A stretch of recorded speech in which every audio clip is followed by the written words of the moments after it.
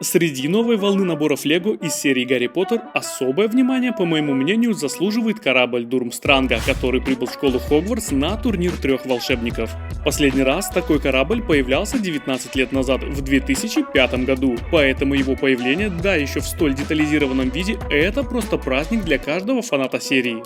Давайте откроем эту большую коробочку и взглянем на содержимое. В этом году компания Lego представила новый дизайн коробок, которые, на мой взгляд, более практичны. Теперь они открываются вверх, а не сбоку, как раньше. Внутри нас встречают 10 пакетиков нового образца, выполненных из бумаги. Их только-только начали внедрять, а я уже скучаю по старым пластиковым, хотя новый дизайн мне безусловно нравится. Если у вас также, жмите лайк и подпишитесь заодно. На дне коробки нашлась бумажная папка. Открыв ее, мы обнаруживаем листик с наклейками, которые нам вскоре пригодятся, а также одну большую инструкцию. Плюс мое внимание привлек вот такой конверт с важной пометкой. Его я решил открыть сразу. Внутри, как и ожидалось, находятся паруса для нашего будущего корабля, выполненные из достаточно жесткого материала. Давайте же перейдем к сборке, чтобы быстрее взглянуть на модель целиком. В первом пакетике нас встретила одна из 5 фигурок набора. Это Барти Крауч. Этот персонаж появился в виде мини-фигурки Лего впервые за всю историю существования серии Гарри Поттер.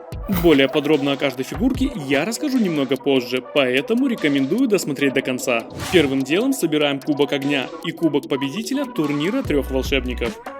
По своему стилю исполнения данные артефакты напоминают постройки, которые компания Lego укладывает в адвент-календари. Минимальное количество деталей, но они с легкостью передают всю суть этих предметов. Далее следует сборка кареты Академии Шарм-Батон, которая наравне с кораблем Дурмстранга прибыла на турнир. Похожую карету компания Lego уже выпускала в 2019 году, где главной отличительной чертой были ее размер и детализация. В нашем же случае карета является приятным дополнением к кораблю, хотя ее внешний вид весьма и весьма хорош.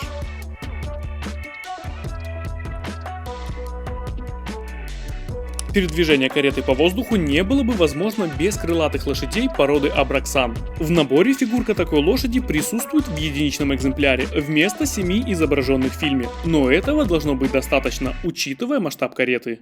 Еще тут имеются элементы, которые закрывают пустое пространство на спине лошади, когда она, например, не находится в упряжке, или же вам потребуется сделать обычную лошадь без крыльев.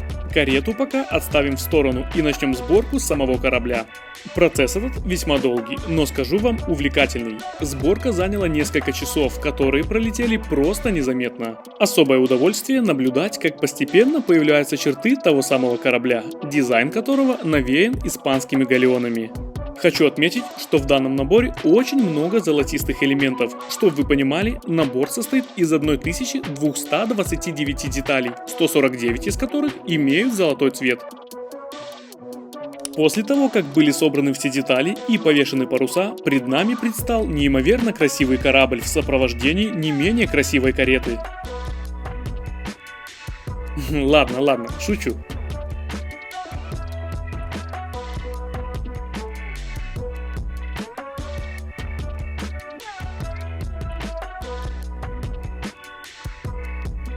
Размеры корабля составляют 39 на 44 сантиметра, причем большую часть, как вы можете видеть, занимают мачты корабля. При всем при этом вес постройки незначительный и легко позволит вам перемещать корабль. Множество элементов корпуса выполнено по технике снот, и особенно это заметно в передней и задней части корабля, делая внешний вид модели более разнообразным. В своем наличии корабль имеет две каюты. Первая каюта находится под плиткой 6х8, которая является продолжением палубы и никак не закреплена для более легкого доступа. Как видите, каюта не пышет разнообразием интерьера, и это, пожалуй, один из немногих минусов набора.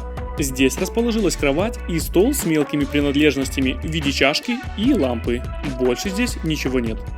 Чтобы добраться до второй каюты, сперва необходимо отсоединить вот этот элемент и затем аккуратно достать данную конструкцию. Здесь интерьер тоже не ахти, это стул и небольшой столик с едой. В общем-то, это все. В каютах могут с легкостью расположиться фигурки, но как по мне, лучше им находиться на палубе, тем более что мест для их размещения здесь предостаточно. Резиновые канаты, которые здесь играют декоративную функцию, со временем могут прийти в негодность, если часто их, например, снимать. В таком случае у вас всегда будет один запасной, который включен в набор как экстра деталь. В задней части корабля имеется подвижной руль, а в передней части резная голова мифического существа. Причем ее исполнение мне лично режет глаз, хотя для минимального количества деталей, которые тут использованы, пойдет. Как видите, функционал корабля невелик, но это не критично, ведь его главное преимущество – это его внешний вид. Карета Академии Шарм-Батон, как я уже говорил, тоже выглядит замечательно и позволяет разместиться фигуркам внутри без какого-либо дискомфорта. Даже мадам Максим есть куда вытянуть свои длинные ноги. Единственное, что здесь чего-то не хватает, так как общее пространство выглядит пустовато. Может быть, небольшой столик спас бы ситуацию, особенно учитывая, что в сундуке, который расположен в задней части кареты, имеются 2 чашки. Теперь поговорим о фигурках набора. Всего их 5 штук, и каждая является уникальной. Как я уже говорил ранее, персонаж Барти Крауча появился впервые, и хоть фигурка не блещет каким-то выдающимся дизайном, ее персонаж вполне узнаваем. Думаю, причина кроется в дизайне его головы с маленькими усиками и шляпе-котелке. Флёр Делакур получила обновленный дизайн торса, который, по моему мнению, стал еще лучше, а вот ее двустороннее лицо оставляет желать лучшего. И если лицо, выражающее некую брезгливость, еще куда не шло, то вот эта ухмылка вообще не соответствует персонажу, и для нее явно больше подошел бы другой костюм. Директор Академии мадам Максим также получила обновленный дизайн, причем это коснулось не только ее торса, но и удлиненных рук и ног, которые изначально были разработаны для серии Аватар. Ход в принципе логичный, учитывая, что в фильме мадам Максим имеет огромные размеры, но пропорции этих конечностей мне кажутся немного странными. Предыдущие фигурки имели стандартные руки, а элемент ног выполняли платья. В этом году внешний вид фигурки решили немного разнообразить, дав возможность мадам Максим быть усаженной в карету. Хотя можно было бы перенять опыт фигурок из набора Ривендел и сделать дополнительный элемент платья, чтобы фигурка могла сидеть.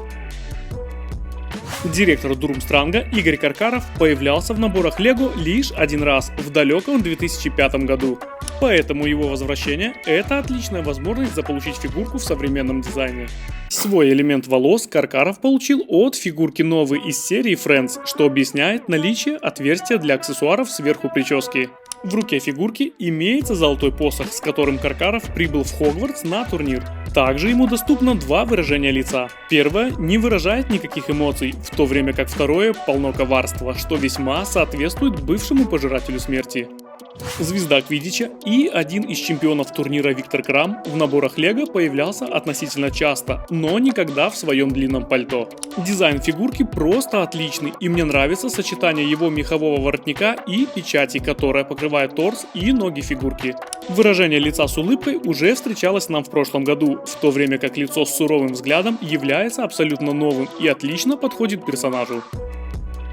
Как видите, фигурки набора удались, но по моему мнению тут не хватает еще одного персонажа. Догадались, о ком я?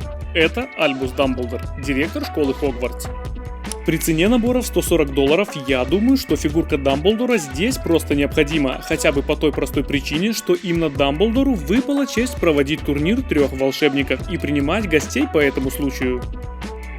Как бы там ни было, этот набор однозначно является моим любимым среди новинок серии, и его смело можно рекомендовать каждому фанату Лего. Подписывайся на канал и жми на колокольчик, чтобы первым узнавать о новых видео. На этом все. Всем пока!